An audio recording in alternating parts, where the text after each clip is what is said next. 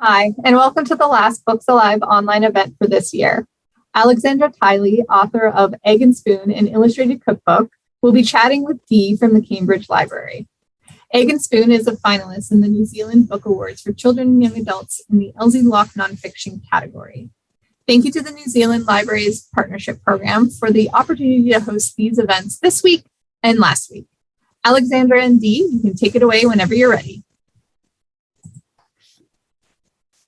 Kia ora koutou. Thank you for joining us, and welcome to Alexandra Tylee, who is the author of this amazing cookbook called Egg and Spoon. It is published by Gecko Press, and as Jackie said, it is a finalist in the LC Lock Awards for non-fiction. So thank you from us as well to LIANZA and the New Zealand Children's Book Awards for children and young adults for enabling us to run this session. So haramai, welcome Alexandra.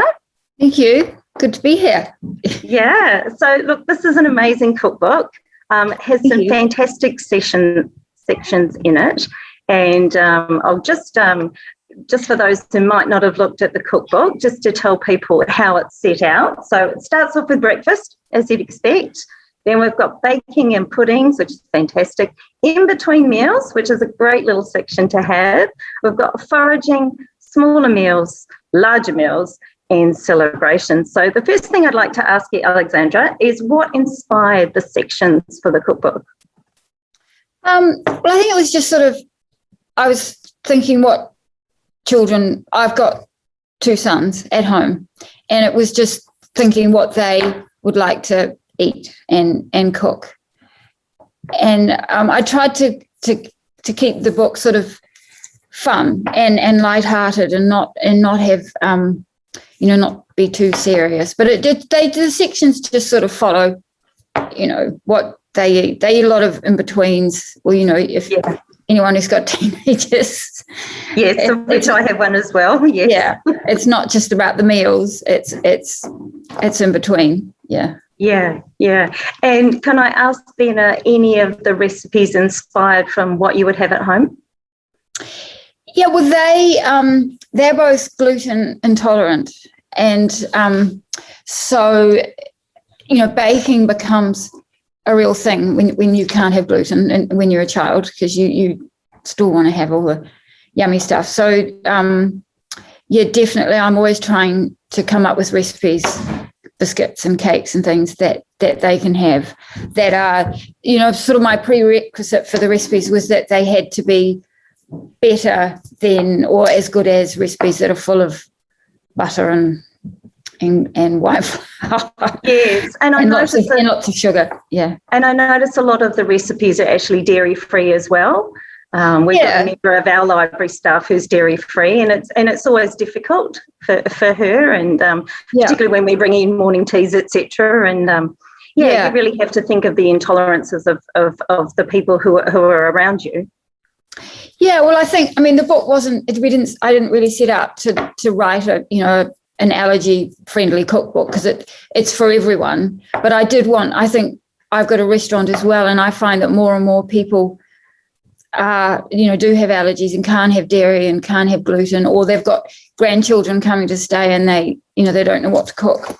So I think I wanted to have the recipes so that everyone could enjoy them.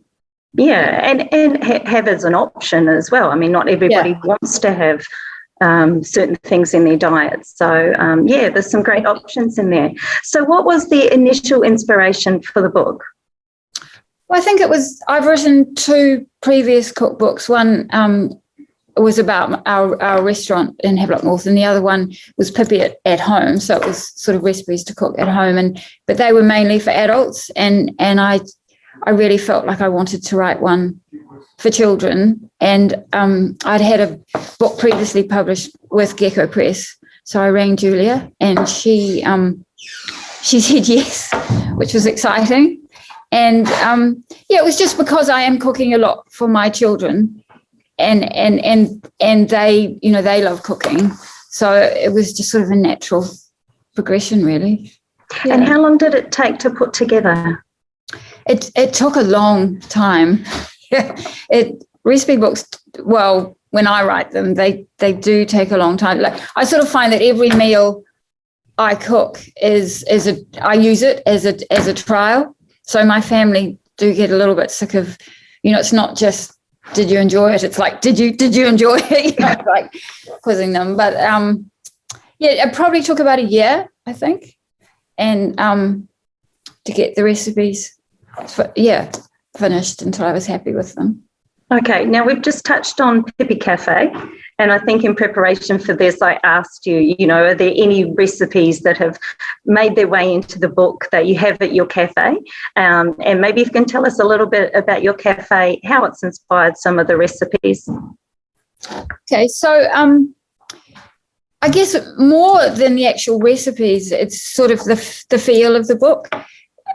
Pippi's pink and red, and it's all about fun and lighthearted. Like, we want the customers to feel that they can come and be just as comfortable in their gumboots as they would in their stilettos. So and when Giselle, the illustrator, came and stayed in Havelock for about 5 days, I think, and really immersed herself in Pippi and the whole vibe of it and the feel.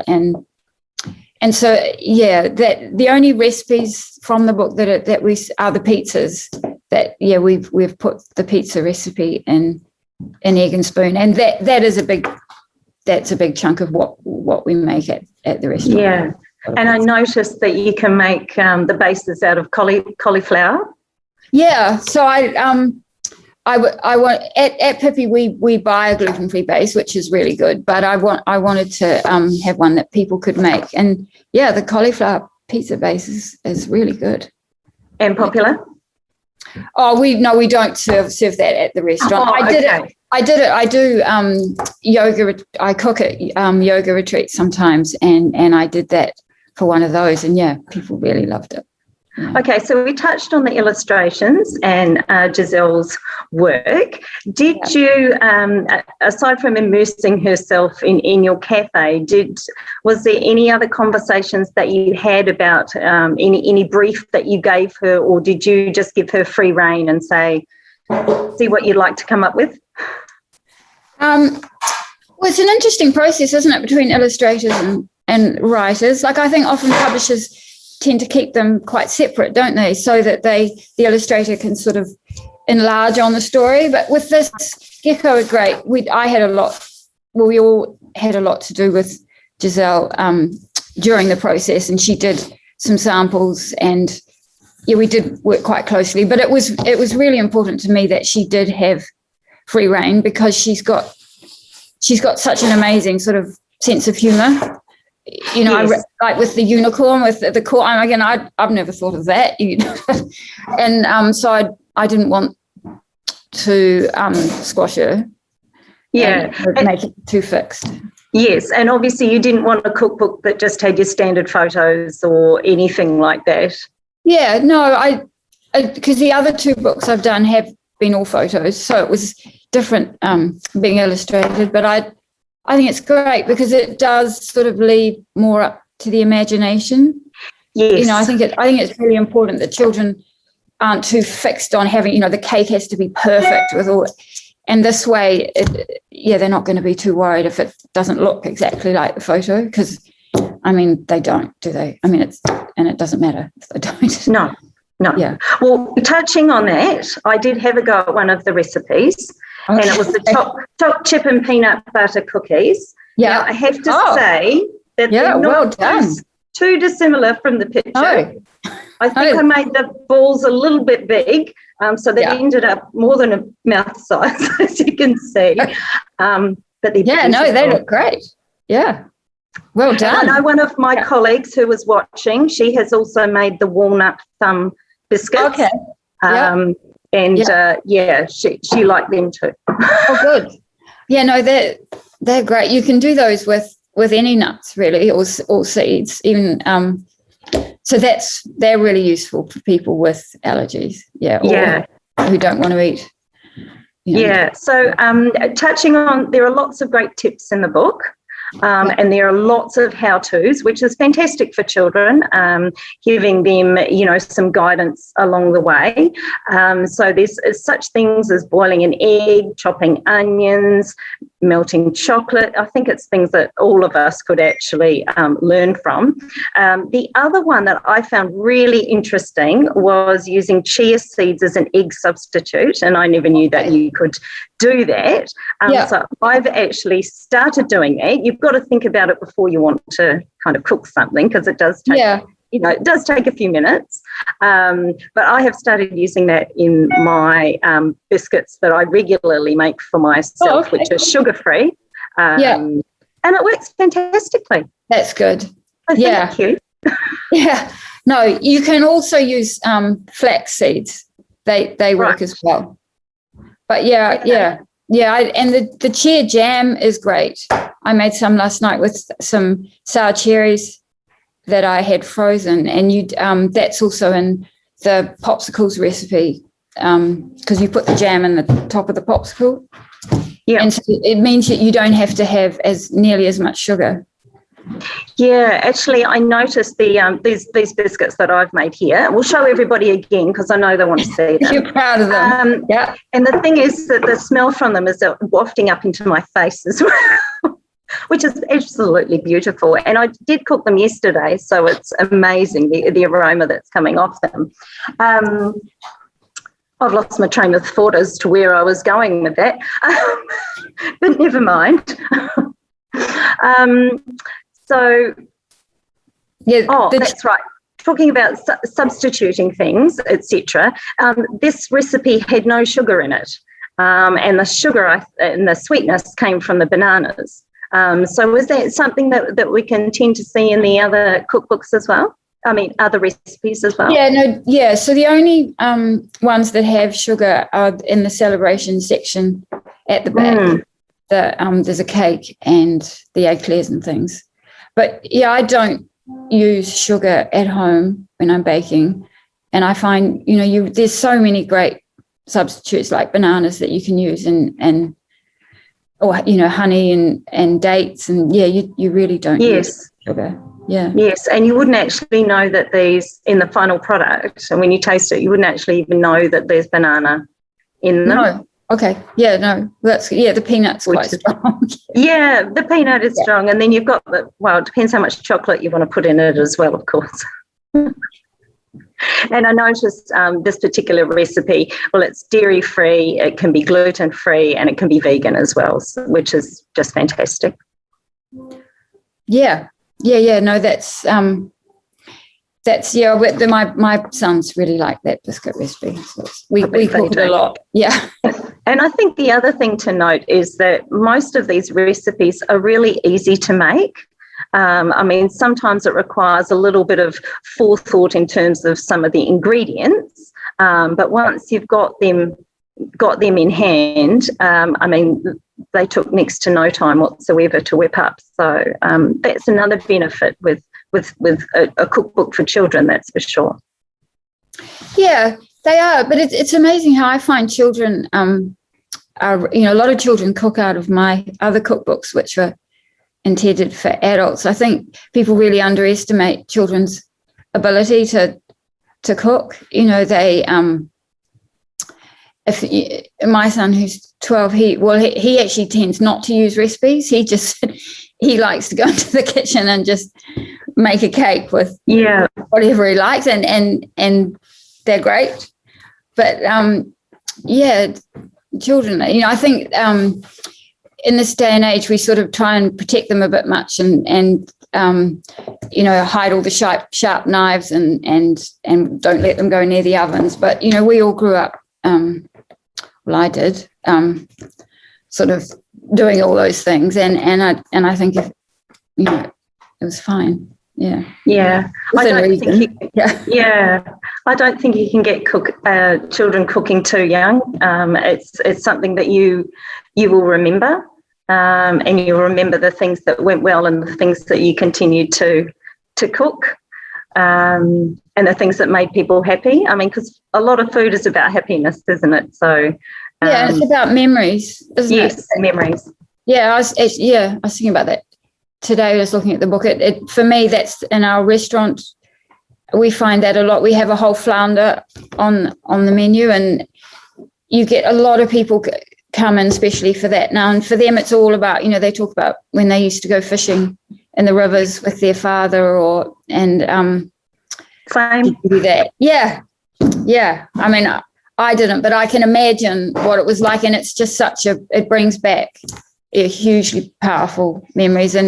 Or apple crumble, like our apple crumble at Pippi is just, I've tried to make it like their people's grandmothers made it, oats, butter and sugar, and that's it pretty much. And you can put polenta and ground almonds and make it really fancy, but people just love, because it reminds them of home or their childhood. And I think, I love that about food. I think it's really important. Yes, and probably said something about the success of something like the Edmonds cookbooks that have, been around forever, but people still go and grab for it because it has recipes from, before that people have fond memories of. Yeah, they do. But then, but it's interesting because, you look at things like all those biscuits, like Afghans, and I went to make something the other thing. Oh my goodness, is that so full of sugar yes. But it's fine for a treat. It was yeah. So can you tell us about your favourite recipes, or when you started out, were there recipes that you thought, right, this must go in? Well, it seems a funny one, but I really love the cracker recipe. It's just because I guess it's hard to. Oh, I love crackers, it's sort of hard. I thought I was really pleased with that recipe because it's easy to make, and you can alter it. You can add different nuts or different herbs, and it's and when you buy crackers like that, they're expensive and they will taste the same. So that and the popsicle, the breakfast popsicle. I think that's I like that. Or there's lots that there's an apple slice. I think that because I think that sort of reminded me of the sort of baking that I had when I was a child. And it's got lots of butter in it, so possibly there's so the chocolate crackles, that's a good one. It's sort of a take on the classic crackle recipe. We've used coconut oil instead of cremelta, and but that's one that's really quick to make and fun. Yeah. Okay, we've had a question come in from the audience. Which recipe is the favourite of your children? Oh, okay. I think the chocolate crackles probably. Yep. And I do make the potato curry one. I make that quite a lot for dinner. Yeah. I don't have a lot of time, and so that's just So how do you test out a recipe, and how does it either make the cut, or is it just the rest of the cookbook is as long as it ends up when everything is included, or do you edit things out? How does that work? Yeah, I think we did it has to be a certain amount it has to be a limit on the pages. Mm-hmm. So how many recipes can fit into that? But when I first started, I guess I make a list of all the things that I think that I'd like to put in there. And then I often, when you think of a recipe, you just think, well, like with the crackers, I think I just sort of keep experimenting till I'm happy with it. Some recipes are great, your first time, it's just, you feel, that's good. But most take 2 or 3 tweaks. And then when I was doing the other books, when I had to photograph them, I used that as a way of doing the final test, and I'd get one of the chefs from Pippi or my sister or someone else to actually cook them. So that was a really good way of testing the recipe. And I did that with this. I got other people to cook them. So because, and that sort of helps. They'll pick up things that I mightn't. Yeah. Yeah. So I guess it can be a little bit of an evolving process sometimes, can't it? Yeah, it does. And then some things that you think, I really wanted, like I really wanted to put fortune cookies in this book, but they're actually really hard to make it, and I spent so long, and then I actually thought, oh, this is too hard because, they didn't always work, and I didn't want children to be really disappointed because it's not their fault. Often it's just, the air, it's all about the humidity in the air. They're like a bit like that old-fashioned brandy snap. Did you make that? And I remember my grandmother wrapping them around the room. It's a bit like that. And you also have to use a really hot oven and sort of get right in there with your hands. So I thought it's probably not so great for children. Yeah. Okay, we've had another question from the audience, and please, if you're watching, feel free to send those through. We touched on this one a little bit, but your favourite recipe and why? Okay, well, I've said some, but the raw strawberry cheesecake, I think, I just used to love cheesecake. So I went to boarding school and didn't particularly like the food, but there was a cheesecake. I was always really happy when that was on the menu. But this one is, you can use any berries or fruit really, and it's I really like that, and so do my children. We make it a lot. Yeah. What is the secret to a really good cheesecake? Because there's so many recipes out there. Yeah. They use lots of different, gelatin or other things to make sure that your cheesecake ends up relatively solid. Yeah. What secrets do you have for us?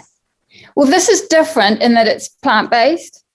So I did have a really traditional New York style baked cheesecake in my first cookbook, and because I loved those. And that I put a tiny bit of corn flour in that, but if you bake them slowly and long, then they tend to set. But this one I think this is different. It's got coconut oil and frozen berries, and so it's a different. Have you ever had a plant-based cheesecake? Not yet. Oh, yeah, well, you will. Yeah. So this would be a good one to make because the base is just dates and coconut oil and nuts, and you just whiz it up till it's a fine crumb, and then press it into a tin. And then the top, you just do the same with frozen berries and coconut oil and some maple syrup, and you just pour that on top. Yeah. And then freeze it for a little while, and then put it in the fridge, and it's. Wow. So what sets that particular? It's the coconut oil. Okay. Yeah. Okay. Yeah. Secret ingredient. Yeah. Yes. Well, it's a lot of plant-based cooking uses coconut oil a lot. Well, speaking of coconut oil, because I now notice in the supermarkets there are lots of different brands out there. Are there? Not that we want to promote certain brands on these channels, but any that you would recommend or that you use? I'd try and find an organic one. Yeah. That would be. I think I use the Chantel's coconut oil. They're local from here. They're from Napier, but I mean the coconuts won't be. But I just try and find an organic one. Yeah. Okay. Yeah. Back to the cookbook and sales and things and marketing, etc. Yeah. How is that going? And do you know, obviously it's being sold around New Zealand. I know it's in Paper Plus and probably all good booksellers. Yeah. Do you know how well it's going thus far? No, I think I think the publisher's happy. Yeah, well, that's a good start. Yeah, we had a really big launch actually at my old school, and Oh, how wonderful. yeah, it was great. We had about 250 people came, and we sold an awful lot there, and it was on the bestsellers list for I think 2 or 3 weeks. And the local bookshops seem happy. So Fantastic. yeah. Yeah. And how do you think you're going to go at the book awards? Oh, I don't know. I actually I don't know. Yeah, it's amazing to be nominated, and Yes. and it'll be great fun to see Giselle and the Gecko team again, because we always have a lot of fun. And we get And that together. will be in person? Yes. In person at the book awards? Yeah. Yeah, it wasn't last year, was it? I don't No. think. No. Yeah, so that'll be fun in the National Library. Yeah. Oh, fantastic. Okay. Yeah. Well, we wish you all the very best of luck. Thank you. I would say that you might be quite busy, and the book will be going off the shelves if it takes out first prize. And of course, from Waipa District Libraries, we would love that to be the case. Okay. Thank you. That's okay. So I'm not sure if we have any other questions from the audience. We just might wait a moment for that. Otherwise, it's been really lovely to have everybody join us. I hope you've enjoyed our discussions with Alexandra Tylee, and I'm sure you'll join with me in wishing her all the very best at the Book Awards for Children and Young Adults. Thank you. Thank you so much, Alexandra and Dee. That was really good. And now I'm really hungry for dinner. So I hope everyone enjoyed our evening event. And Would you like a biscuit? I would love a biscuit. I have to go cook myself dinner now. So, but I hope you all enjoyed the event, and all the best luck, Alexandra. Thank you. In the award ceremony. And thank you so much, Dee, for hosting. And we will see everyone later. Thanks so much. Bye. Thank you. Ka kite. Yeah.